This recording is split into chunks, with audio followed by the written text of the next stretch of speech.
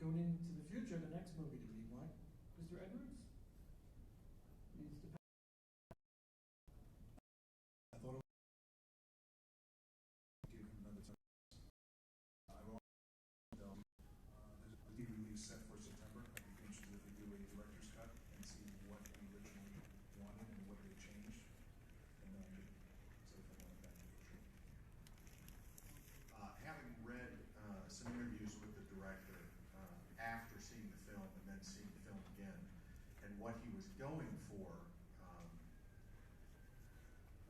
this week I introduced my little sister to Godzilla for the first time, and then we watched Jaws the very next night. And I bring that up because he referenced Jaws in terms of the amount he wanted to show or not show the monster to build suspense. And with that kind of thing in his mind, I was like, yeah, I'd totally be willing to see what he would do next. Because he is circumspect, and I can appreciate that. That, you know, try to draw me in other ways. Would I like a little more Godzilla in the next one? Would I like, yes. Would I like him to not cut away right when, you know, stuff's about to get real? Yes. And we'll see what he does. But I'd give him a chance, absolutely. Yeah. Thomas Tull, I believe, just said last week there will be a director's cut of the film. It will come up later. It will not be out with the actual, it's going to be something more like in November, I'm hearing. More so they have something for the actual Godzilla's birthday, you know what I mean, which is in November, 60th birthday. So that's a story I've heard, and there's going to be things like how the effects that you saw in the CNN footage, the battle on TV in Hawaii, you can actually see that without, you know, with actual what the effects look like. Oh, nice. So it's going to be interesting little things they're going to put in there. That's what I've been hearing. But when I went into it, and I knew that when I heard Gareth Edwards say two of his favorite movies, the first favorite movie was Godzilla, of course, the original. But his other two favorite movies were Jaws and Alien, and monster movies. And when I knew that, I said, okay, how much do we see the shark in Jaws? And it really was this build-up. It was this build-up and kind of payoff at the end. And it was a good payoff, but a lot of audiences, like, if you get everything all up front, this is my feeling about it. I'm glad he didn't do that. I'm glad he didn't give it all up front because I saw the Transformers movie a couple of weeks ago, and I felt like I'd been punched in the face again and again and again. I'm going, what was that about? You know. So, but this one, there was some great cinematic moments in Godzilla that really added up. And one of my favorite, and these are because a lot of non-Godzilla people love this movie. A lot of people don't like, that didn't typically like Godzilla movies, love this movie. A friend of mine once saw it, and she said she got so into it that when he flopped down at the end out of sheer exhaustion, and she said, I thought I was going to cry if he didn't get up again. That kind of, that doggy kind of, like that, you know, and he gets up and starts walking away. I mean, that to me was, again, people don't share, some people don't share it with me, some people do, but my heart was swelling at that point. That's Godzilla. Oh, yeah. It's one of the reasons that I'm sorry? You just agreed?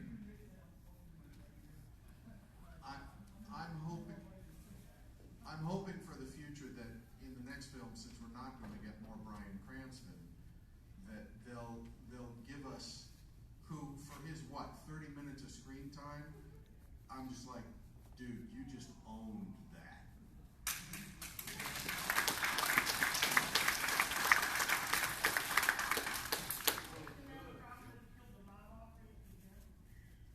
And I love her too, but I hadn't invested in her so much.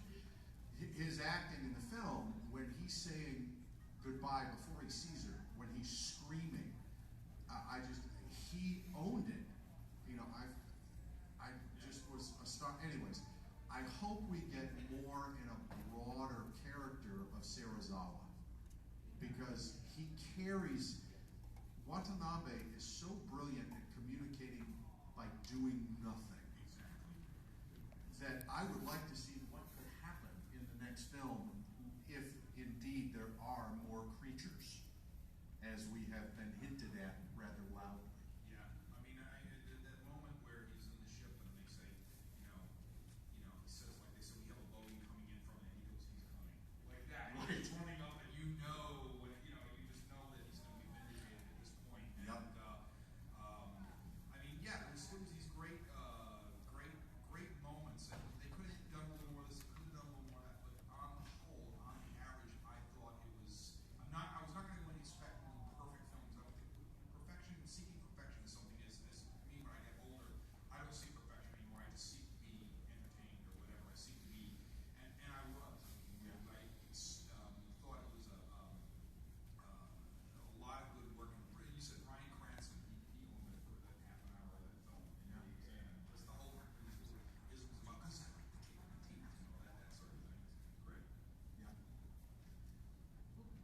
cut now going into the future of the franchise. What do we want to see? What does the panel want to see? Do we want to see monsters? I do want new to see more monsters? monsters. Do we want American-made monsters? Do we want to see Toho monsters? New monsters. New Toho monster. Safe bet that Mothra will appear in something. The way they kept dropping the little Mothra Yeah. Easter eggs and like the caterpillar and then the tank that said, where you saw the name spelled out. And in the book of it, he mentioned he goes in and he wonders if the chrysalis is hatched with the moth that was in, and whatever happened to that moth, and that's in the book version of it. So there's a little throwaway thing they put in there. I don't know if you saw when the teacher was teaching when they were evacuating the school in the nuclear disaster. There's Mothra. She's teaching about butterflies, and Mothra was Right there in the poster. I love the Toho monsters, but from a biological perspective, a lot of them are a little just, how do you explain that? And with the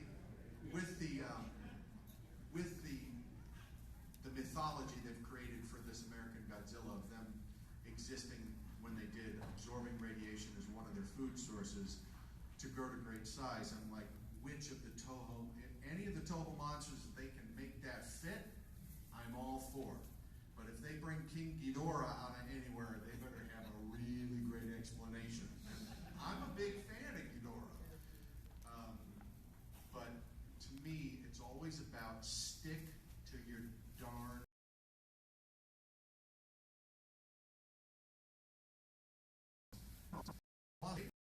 because it'll sell, because it's interesting, because hey, it's a cool idea. And it's the first thing that drops me out of the film. So if we have any creatures, I would make that the caveat. So are we saying that we want Monster Island, or we just want creatures? Because the rumors are you're going to get Mothra, we're getting Monster Island. These are the things. And I know it's early in the stages, but that's what we've heard on the internet. What would you like? A little bit of both. Do a Monster Island, but I still want some newer creatures. I love the Toho monsters. But I also like the Mutos, as I mentioned in the panel. I like the design. Skeleton. A giant snake. Could it be Manda? Because then would it be Claw? Actually, another species of Aquaman. If you look into the book, See, I haven't read the book yet. claims that exists. I haven't gotten it from her. Sorry.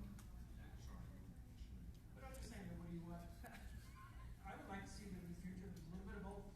Like, I have an idea. Why don't they introduce the baby guy? Have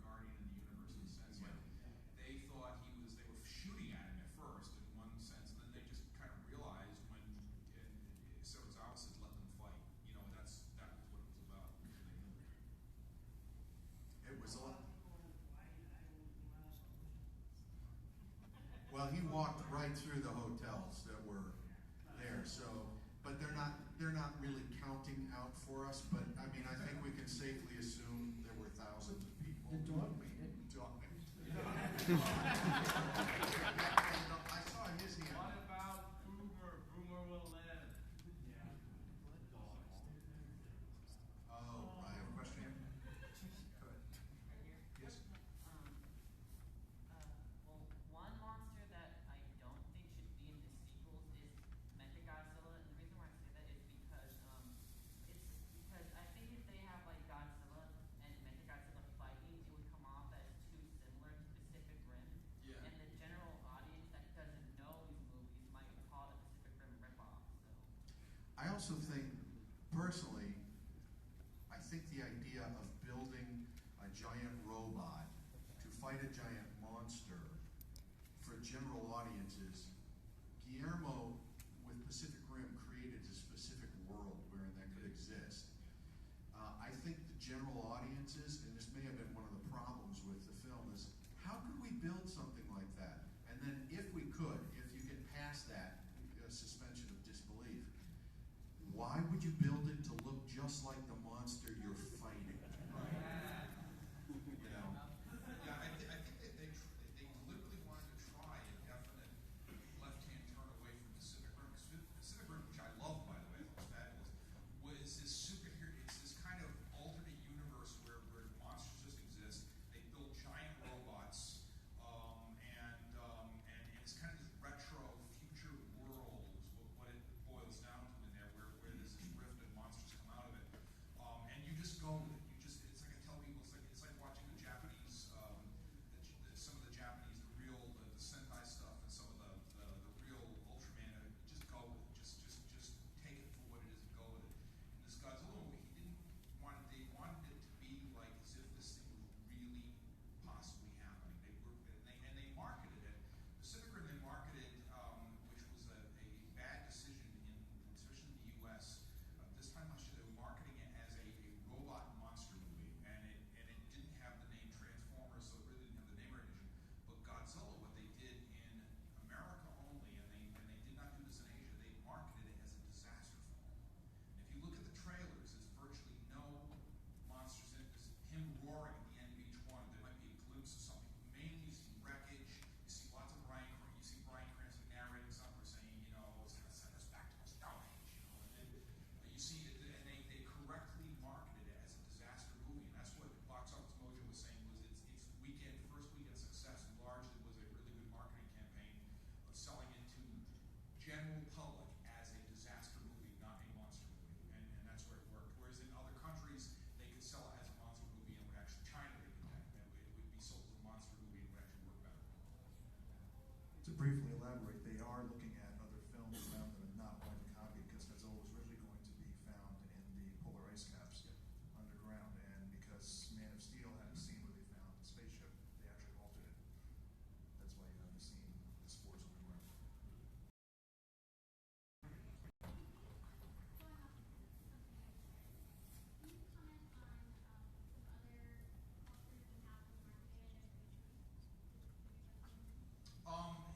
If you saw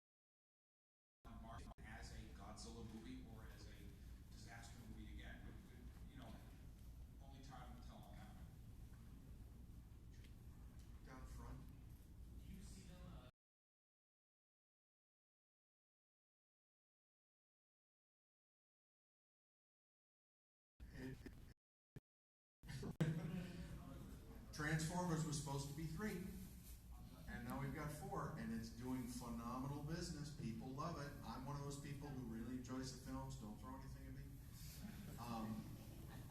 But, you know, I also understand the weaknesses in that type of genre, the way Michael Bay directs them. I mean, imagine what this film would have been like if Michael Bay had directed it. And I personally am not sure I would have wanted to see that. All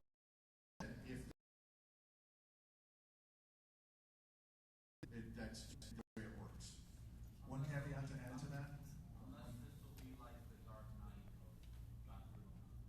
One caveat to add to that.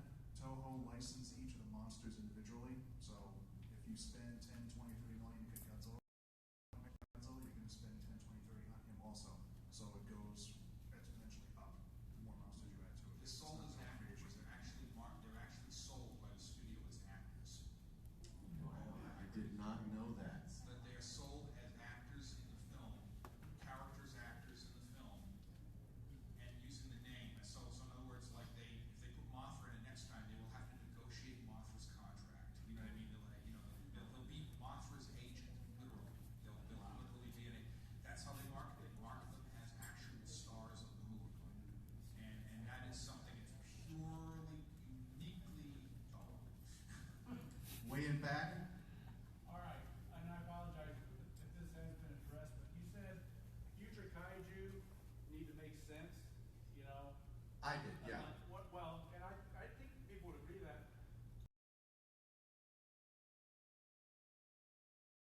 developed an electromagnetic pulse that would have no use in prehistoric times. Well, I mean, There's a couple of theories. my basic thought on that is that back then, it probably was a form of communication with other creatures rather than a defense. It could have been, an electromagnetic roar. The thing that I was really impressed by in the film was the wide range of sound design for the Mutos. And somebody just pointed out to me, some of you may have caught it, there are sequences in the film where they hear something and they repeat it. They click it back. And so that was my thinking. I didn't read anything about it, but I tend to do a lot of that mental work for filmmakers when they might not have thought it through. It's like, oh, come on, how could they knock out my cell phone? They didn't mean, well, maybe it, Also, and you can build this into it if you want. It fed on radiation, as they said, and turned that into electromagnetic energy. And it's feeding on modern radiation that we've created that may have been very different from what was millions of years ago when it existed. So it may be something different. This may be a whole new attribute these things develop based upon it both of them feeding off of essentially nuclear radiation that was, radiation byproduct made by us. So I'm going from the order that I saw the hands. So the man with the iPod or the smartphone. Yes,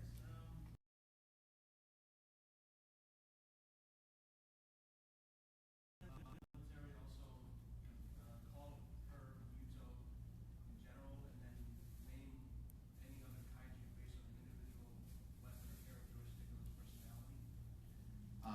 Entirely possible. I mean, I just have this fantasy in my head that Mothra comes along and Muto, massively unidentified terror, whatever, and then there's these twin little girls.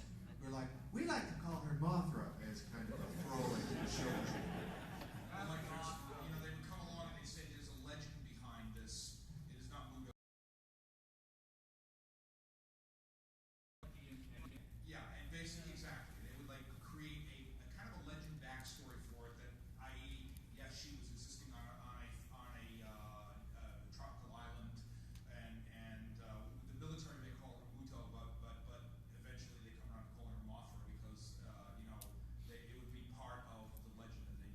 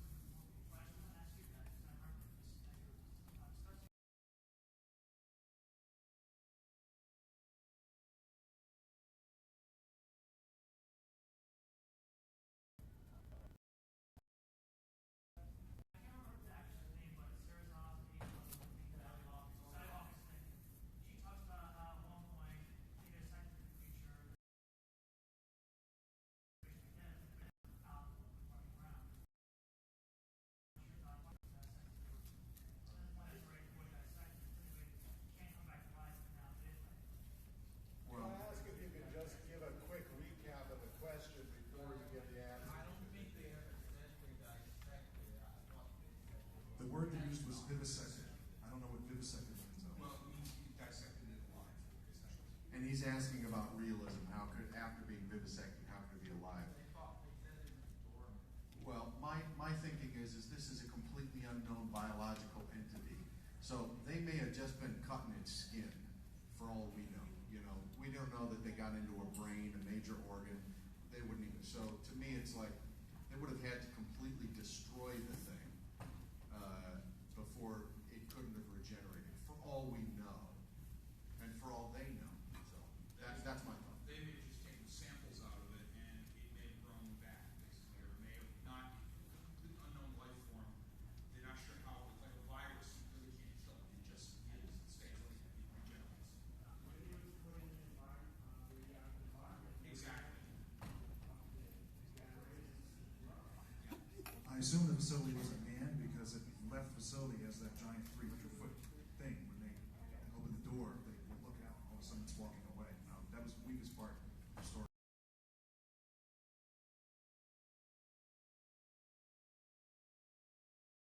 Your facility or nuclear waste, there were no alarms when something breaks, like the side of a mountain. Yeah, I can see that. Would we want? I have a question for all of you. Just as I'm thinking about it, in terms of human characters, I mentioned Serizawa, and you all agreed. Does anybody really have a care to see the Brody family again?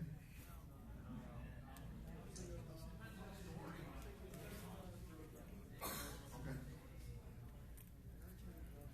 What about you guys? There could be a reference to them, but I think it would be kind of even more interesting to kind of hand it off to another situation entirely, like what they've done with, you know, like look at any other franchise film. They hand it off to another entire, like the new planet out that is only a reference to James Franco's character in it, and it's on a little tiny smartphone. You know, it's just a reference to what had happened in the previous movie.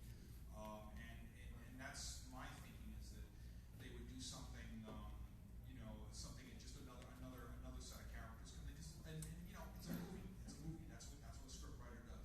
They will do their thing. I was never emotionally invested in them, so it matters not to me if they return. I guess the question would be, what characters do we want to see back? I mean, you're going to build a franchise around, I want to see Dr. Serizawa and Godzilla. You think it's just Dr. Serizawa or anybody else you want to bring back? Now, see, the thing that I've read and talked about with people, you know, I live in LA for what it's worth, around the human characters is that Serizawa is this scientist. He's also foreign to American audiences. He's Asian. And there's don't want to about it.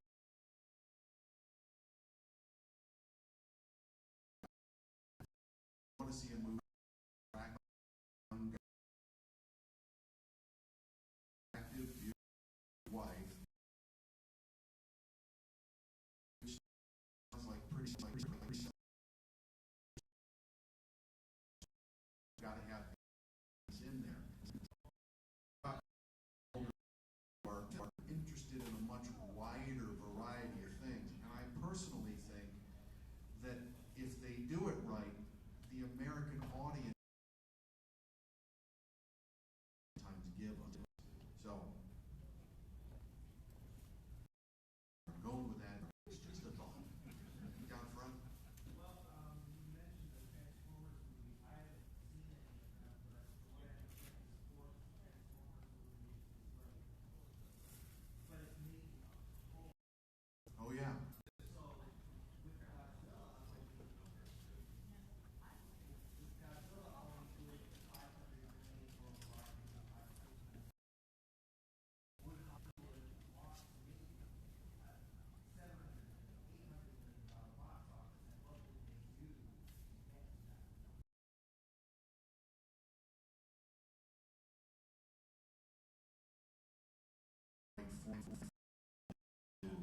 The boys 13 to 27 who want to go over and over, and even better, if they can get that that same demographic in young women, it'll knock it apart. The thing with Godzilla was that they had a lot of handicaps. They had a few handicaps going into it. Big chance, big risk. And in fact, as we recall, they signed the license to the deal to make a Godzilla movie some years ago. And they didn't know how they were going to do it. They really didn't know how, because we were still getting out of the, I'm going to call it the critical sting, or the 1998. There's sort of a, despite it worldwide money, it left a bad taste in a lot of people's mouths, and especially merchandisers, especially theater owners, because as I recall, also the other thing that happened was that Emmerich and Delvin, they wanted a 15% cut of the usual. It's usually 10%, but they wanted 15% of that film, and the theater owners just went no, they no, it wasn't Disney. I mean, Disney does that. It wasn't Disney. So it left a bad taste in everybody's mouth. So when they're saying Godzilla, they're like, there's a lot of people go, oh, again, you know what I mean? And there was a lot of that they had to overcome. And the way to overcome it was to find out what mistakes they made the first time around and avoid them. I give the public more what it perceives Godzilla as with the fire breath, which they did, which I thought was fabulous. Just revs up his tail like that. And the audience I was in, they were just cheering when that happened. Yeah, non-typical Godzilla fans. I mean, that happened and they went bonkers. They went bonkers, yeah. And I think it's a matter of finding out that, getting that demographic right, but also, it's Godzilla's got the name, but how are you going to sell the name? That was Legendary's problem. And a lot of you I know were saying, oh, you know, I want to see the cheesy, I want to see the rubber suit stuff I saw on Saturday at matinee type stuff, and you know, that's what I'm really expecting. I'd like to really see that, and because that's what they remember, and they were willing, they weren't going to invest a lot of money to make that kind of movie, because you know, it just wasn't going to happen in this day and age. I think that what ultimately the audience is, you know, you got to give them something to invest a little more in terms of like an interest in the characters, things like that, and they did that in this movie. I think if they make a quality sequel, you'll know where the franchise is going to go, because they had to overcome, as Bob said, the stigma of the '98 film, similar to Ang Lee's Hulk when they did The Incredible Hulk with Edward Norton years later. A lot of people loved that movie, but it didn't make a lot of money because everybody was like, oh, that Hulk movie, I didn't like that. So they've gotten over that hurdle. The next move is to get a general audience film that everybody would go to, and if they can do that in a sequel and up the effects and such and more monster action, I think they could turn it into a sustainable franchise. Planet of the Apes had to recover from the same thing. Did 2001, Tim Burton did a film that everybody Very good point. made money. Everybody came out going, huh, what? You know, and then they were going to do this Rise of the Planet of the Apes, and we were going, oh, again, like that, you know. And then when they saw some of the samples, what it was looking like, it took us a long build up. It really took us a long build up to get to the talking apes part. It took us that kind of thing, and the movie did well, made a lot of money. Now this movie that's released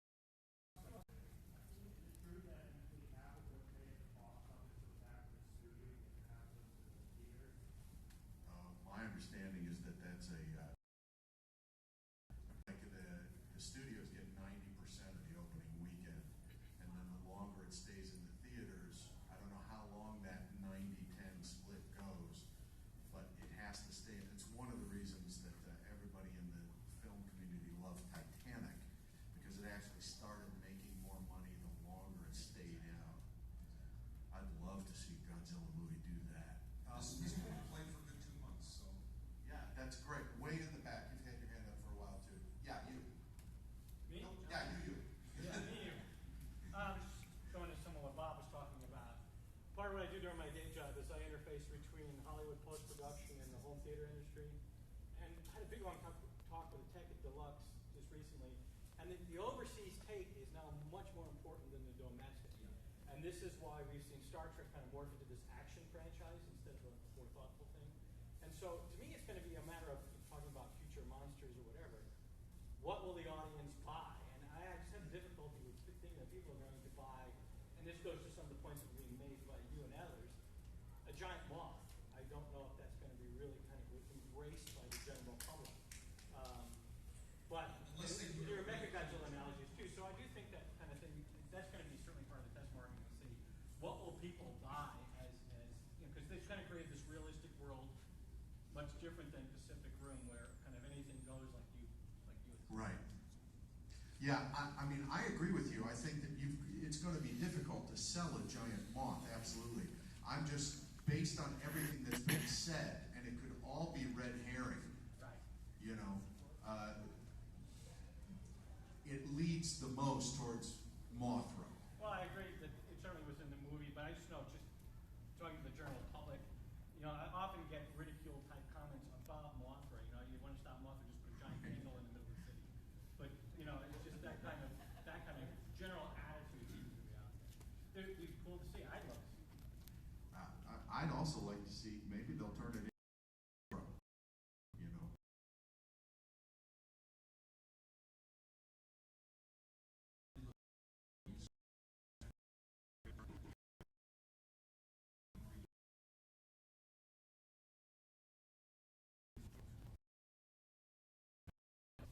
One thing that's fantastic about what happened with the box office is the fact that this franchise, you know, is recovering from the 98 film, held its ground pretty well against Amazing Spider-Man 2 and X-Men, two Yep. big Marvel superhero movies, and it held its ground really well against those films. Godzilla also had the benefit, it opened on,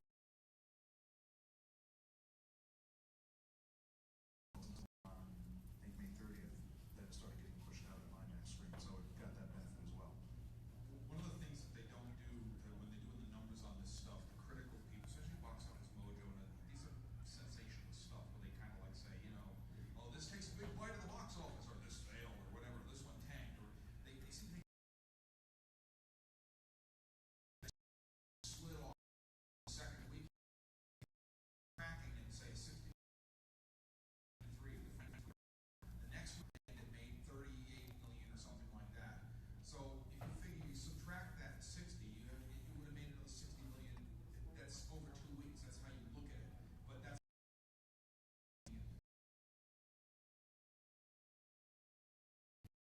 you talk about Hollywood.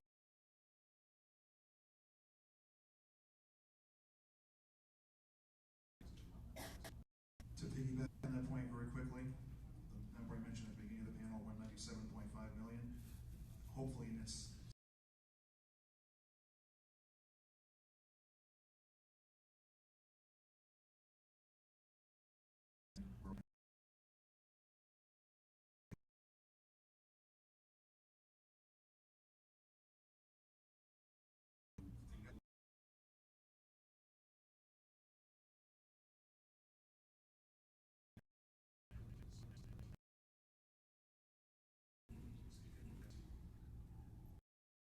Way in back. I'm not sure if this is a rumor I heard or not, but one of the reasons I heard that they delayed the